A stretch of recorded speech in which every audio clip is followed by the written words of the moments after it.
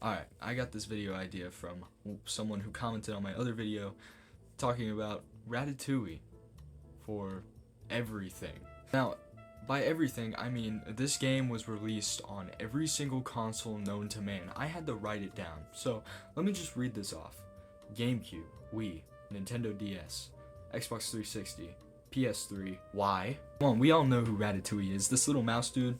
Ratatouille, it's a movie about a kid and he finds a rat and they cook in a kitchen. That's all I remember. I'm not rewatching this for this video. Ratatouille the video game came out June 26, 2007, a little bit after the movie released. You're probably wondering, what do you do in Ratatouille the video game? What's the goal?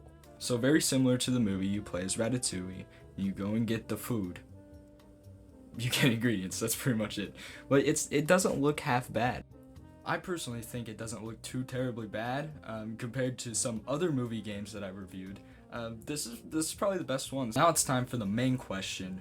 Why are there so many releases of the same game? I was sitting here thinking about it and like, is this game a cash grab? But why would it be on so many consoles? Wouldn't they have to pay more just to have the games on there? So maybe this company actually wanted the games to be good. So we know Disney has worked with game companies in the past. They've worked with Nintendo with the Kingdom Hearts games, that whole line of games. They had Mickey Mouse in it, and Goofy and Donald Duck. Well, those are Disney characters in video games, and those games did really well. But there are also trashy mobile games. Who wants to play Disney Solitaire? So I've decided to go down a pretty deep rabbit hole of Ratatouille games. People are collecting these, seriously, like they're Pokemon cards. People have every single variation release, it doesn't matter what region, what console, they have every single Ratatouille game. Ratatouille, by far, is the most ported movie game of all time. There are not 10, they're not 11, they're not 12. But there are 13 ports of Ratatouille, the video game, across every console of that time.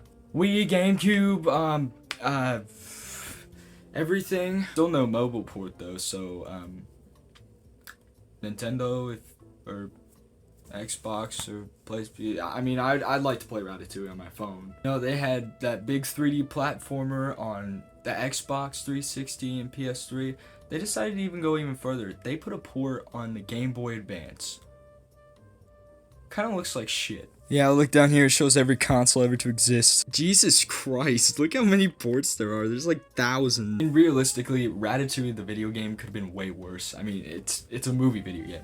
Usually with the movie video games, you see the worst product ever, just because they want your money. Like we've seen it with Pac-Man TV shows. They've tried to make video games. We've seen it with Wreck-It Ralph, if you saw last video.